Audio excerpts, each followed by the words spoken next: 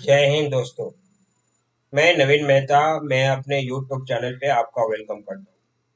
Friends, इस video में हम लोग डिस्कस करेंगे क्या 2024 में नीतीश कुमार जी जो है वो प्राइम मिनिस्टर मोदी जी जो है उनको चैलेंज दे पाएंगे। जैसा वो जब बीजेपी से अलग हुए थे उस समय वो अपना बहुत ज्यादा जोश में थे, लेकिन जब दिल्ली से घूम के आए तो फिर जो है वो उनका जोश खत्म हो गया। लेकिन अब फिर जो है वो बिहार जो है में जो है वो भ्रमण के लिए निकले हैं, बिहार यात्रा पे निकले हैं, जिनका नाम उन्होंने अ, अलग नाम दिया है कि हम समाधान करेंगे, समाधान यात्रा कर रहे हैं। लेकिन ये बेसिकली संविधान यात्रा नहीं है, ये अपने आप का टेस्टिंग करने का यात्रा है कि उन रास्ता निकाल रहे हैं कि अभी कह रहे हैं कि जैसा कि उन्होंने आप देखा होगा चंपारण में बोला है कि हम बिहार भ्रमण करने के बाद हम देश का भ्रमण करेंगे। मीन्स बिहार में वो टेस्ट करेंगे अपने आप का कि हमको अभी जनता कितनी चाहती है। लेकिन यहाँ पे स्पष्ट मैं बता दूं कि वो जो समाधान यात्रा निकाले इसमें ना तो वो आम पब्लिक से मिलेंगे, ना तो आम वो किसी महिला से मिलेगी, ना तो स्टूडेंट से मिलेंगे, ना तो वो किसान से मिलेंगे।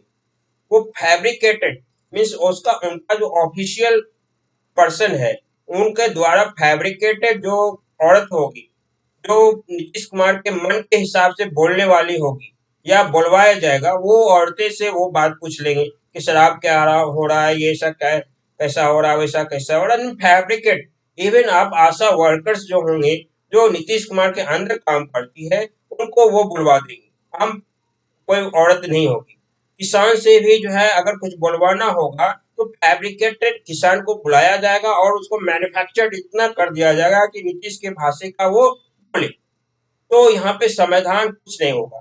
यहाँ पे समाधान की कोई बात ही नहीं है, क्योंकि जो सीएम आज 17 साल से है, वो अभी समाधान यात्रा निकाल रहे हैं और हर साल वो समय इस तरह की यात्रा निकालते हैं। तो आपके लिए फिर सीएम आप क्या चीज करते हैं?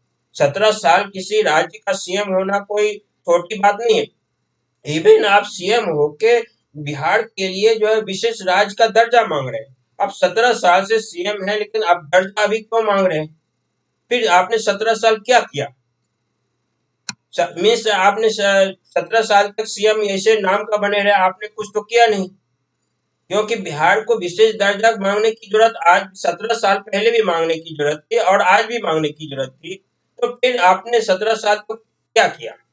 क्वेश्चन ये भी उठता है। तो ये समाधान यात्रा नहीं है, या तो ये किसी तरह का यात्रा, ये इनका अपना टेस्टिंग यात्रा है। ये रास्ता ढूंढने निकले हैं कि हमारा जो है वजूद बिहार में अभी कितना है, और यही वजूद के आधार पे ये जब बिहार का भ्रमण करके आएंगे और जिसको ये समाधान यात्रा नाम दिया, इस यात्रा के समाप्त होने के बाद ये सोचेंगे और समझेंगे कि हमको कितना बिहार में लाइक करता है। और 40 सीट का जो लोकसभा सीट है 2024 में जो इलेक्शन होगा, हम कितना जिता पाएंगे या हम कितना जीत पाएंगे, तभी तो इनका रास्ता खुलेगा सेंटर में जाने के। और फिर तभी जो है तो ये सभा करने के बाद, सब करने के बाद, अपना टेस्ट करने के बाद, अपना असेसमेंट करने के बाद, फिर दूसरे पार्टी को अपने बारे में ये जाकर समझाने की कोशिश करेंगे। तो ये सब के लिए ये घूम रहे हैं। लेकिन अब बात आ रही, जैसा कि मैं इनिशियली में बताया, क्या मोदी के सामने या मोदी कोई चुनौती दे पाएंगे? तो मैं आपको स्पष्ट बता दूं कि नीतीश कुमार मोदी को कभी चुनौती नहीं दे पाएंगे। क्योंकि आप सिंपल सा चाहिए कि 1 रुपया का वैल्यू जो है कोई व्यक्ति का है और किसी व्यक्ति का 10 रुपया का वैल्यू, वो तो कैसे कंपेरिजन हो सकता है? और जो 10 रुपया का वैल्यू का है, मीन्स नरेंद्र मोदी को अगर 10 पॉइंट देते हैं तो उसके पास कैपेसिटी है, एक तो वर्ल्ड लेवल के नेता है, दूसरा उसके पास कैपेसिटी अपने बल पे पार्टी को जिताने का। जब से आपने देखा होगा कि लोकसभा सीट मीन्स वो जब सीएम थे तो अपने बल पे उनको पार्टी को उन्होंने सीएम बने, किसी का उनको सपोर्ट की जरूरत नहीं हुई। जब भी लंबे 14 साल तक लगभग ले, फिर जो जब पीएम के पद पे आए तो जो उनको अपना, भले गठबंधन की सरकार है या सरकार थी 2014 से लेके और 19 तक जो है गठबंधन की सरकार थी, 19 से फिर 24 तक गठबंधन की सरकार सेंट्रल में भी है, लेकिन अपनी कैपेसिटी है। आज अगर कोई सपोर्ट करने वाला अगर हट भी जाता है तो इनको कोई असर नहीं होगा। वो 2014 से लेके 19 तक भी वही कंडीशन था, और 19 के बाद जो है अभी तक जो है 24 तक वही कंडीशन है रहेगा। तो अपना उनका वजूद है। और आप जानते हैं कि वोटर्स को इवन नहीं, सेंटर में नहीं, किसी स्टेट में वो उसके जो है अपने अपने जेल पर वो इलेक्शन को मूव करने में कैपेसिटी है। और पूरे स्टेट में उनको एक बड़ी पार्टी है उनके आप कैंडिडेट में आप समझें या पार्टी का आप देखेंगे तो लाइन है नेता का। लेकिन वही नीतीश कुमार का अगर देखते तो नीतीश कुमार को खुद का कैपेसिटी नहीं है। अभी 17 साल जो सीएम है ये नीतीश कुमार एक दूसरे के सपोर्ट से है, अपना सपोर्ट नहीं। पहले बार अगर देखेंगे 2004 से लेके, अरे सॉरी 2005 से लेके, तो उस समय में 2005 में जो इलेक्शन हुई थी उनके पास लगभग सब जितना सीट चाहिए सरकार बनाने के उससे 4-5 सीट ही कम थी। लेकिन जैसे जैसे समय बीतता गया कोई जो है कोई नाम कमाता इनका डिमोशन होता गया। और अभी इस पोजीशन पे आ गए हैं कि जो है मुझे की 43 सीट इनके पास जता पाए। हालांकि दो समता पार्टी ये ना आरएसपी से उन्होंने अपना में करवा लिया है कार्यालय, लेकिन उनको 43 सीट लगभग जिता पाए वो, जबकि गठबंधन की सरकार थी। वही अगर बीजेपी देखे तो इससे ज्यादा सीट ले पाई। मीन्स इनका वजूद खत्म हो रहा है। और ये वजूद जो है, आप आपको मैं बताया कि अभी कि सीएम का भी कभी भी रिकॉर्ड देख लीजिए, 17 साल का सीएम है लेकिन एक बार भी अपने बल पे नहीं। मीन्स सीएम के गद्दी पर अगर है ये तो ऑक्सीजन कोई दूसरा आदमी दे रहा है। और इनको जो है आप समझ लीजिए कि 4 बार इलेक्शन हुआ है। 4 बार इलेक्शन होने के बाद इनको 4 टाइम ही मिस 4 टाइम इनको सीएम का पद का शपथ ग्रहण होना चाहिए, लेकिन ये 8 टाइम्स ले चुके हैं, मीन्स 8 बार ले चुके हैं। मीन्स 8 बार इनको लगा ऐसा कि 4 बार में जो है बीच बीच में ऐसा लगा इनको कि हमारा ऑक्सीजन जो कोई दे रहा है वो कभी भी खींच सकता है। तो फिर ये दूसरे आदमी के पास ये पलटी मार के जो है चले गए ऑक्सीजन लेने के लिए, ताकि उनका सीएम का पद बचा रहे।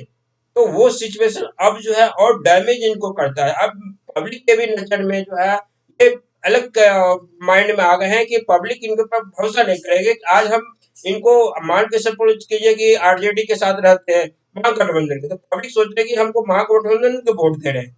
लेकिन कल वो बीजेपी के साथ चले जाते हैं, हालांकि अब चांसेस नहीं है लेकिन चले जाते हैं। तो फिर जो पब्लिक क्या सोचेगा, हम तो वोट उसके लिए दिए थे लेकिन वो तो चला गया उसके पास।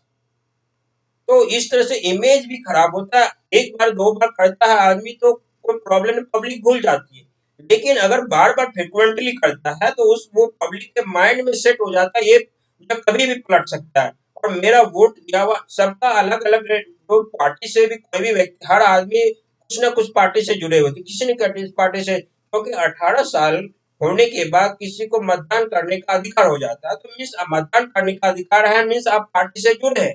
या तो आप पार्टी में हैं, या तो पार्टी से जुड़े हैं, या तो पार्टी के फिलॉसफी या जो भी उसका आप कहिए कि मोटो है उसको आप लाइक करते हैं, तभी तो आप उस पार्टी को जाके जो है वोटिंग करते हैं।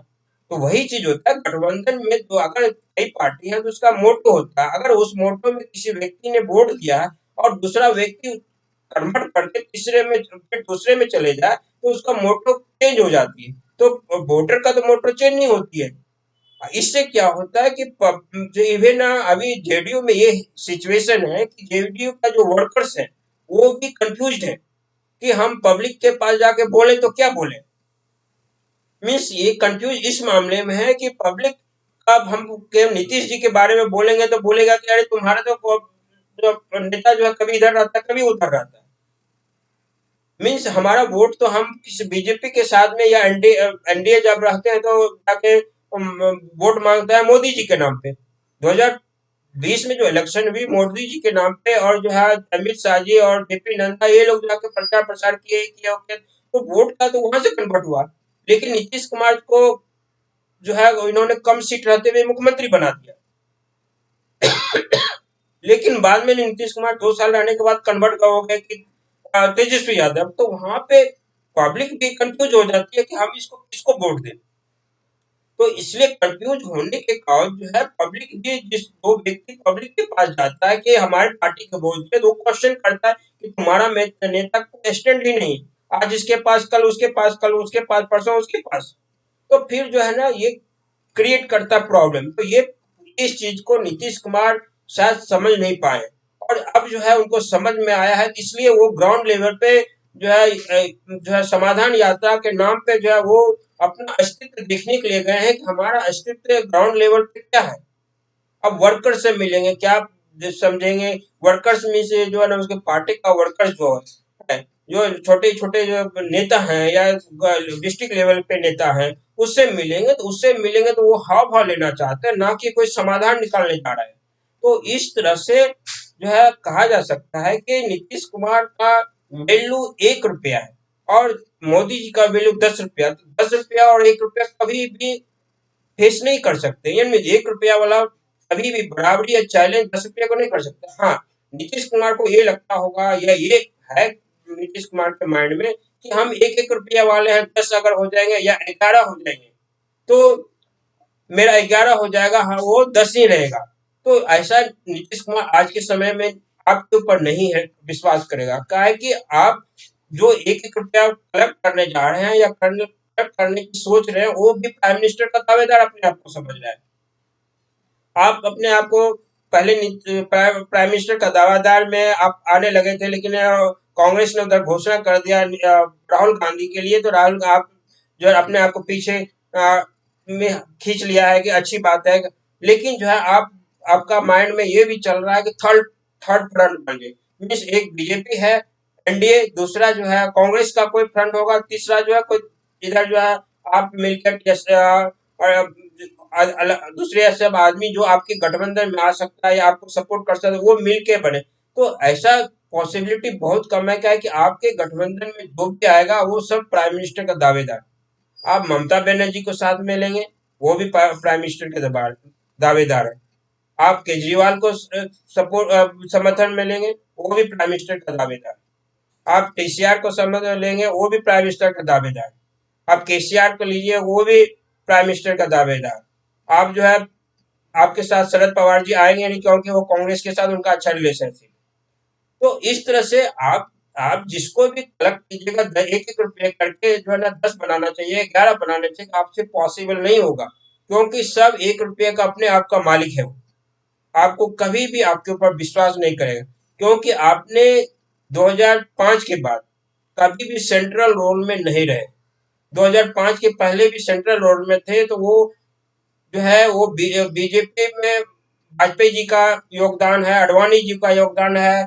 उसके बाद फिर वाजपेयी जी और अडवाणी जी का अच्छा रिलेशनशिप जॉर्ज फर्नांडिस जी से था, उस सब से था, तो आपका पीछे चल गया। बाद में आपने जॉर्ज फर्नांडिस का ही तमाम कर दिया आपने। तो इस तरह से नीतीश कुमार कभी भी मोदी जी का फेस नहीं कर सकते। मोदी जी अभी के रूप में एक ब्रांड नेता है। आप ब्रांड नेता बिहार के लिए भी नहीं है, वो देश के लिए है, और फिर इवन जो है वो अलग कंट्री के लिए भी है। दूसरा कंट्री इधर, इवन आप देखे होंगे कि अमेरिका का राष्ट्रपति जो अपने आप को शक्तिशाली समझता है, वो भी अभी इसके इसके पीछे चलता है।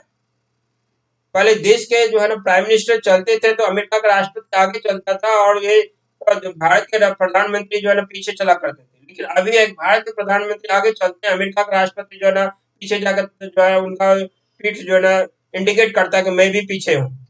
ये पोजीशन है। आप ऐसे व्यक्ति को से कैसे फेस कर सकते हैं, क्योंकि आप बिहार में भी अभी के रूप में ब्रांड नहीं हो। क्योंकि हो सकता है आप 10 साल पहले हो, 15 साल पहले हो, अच्छे नेता हो, लेकिन वैल्यू पब्लिक जो है ना आज करंट समझती है। आप पहले क्या थे, पहले क्या किया, उस चीज को पब्लिक भूल जाती है। अभी आप क्या कर रहे हैं, आप अभी आपका पब्लिक के सामने क्या डिमांड है, वो अभी के हिसाब से है। वोटिंग अभी के हिसाब से करेगा आपको, ना कि अभी 20 साल पहले के हिसाब से करेगा।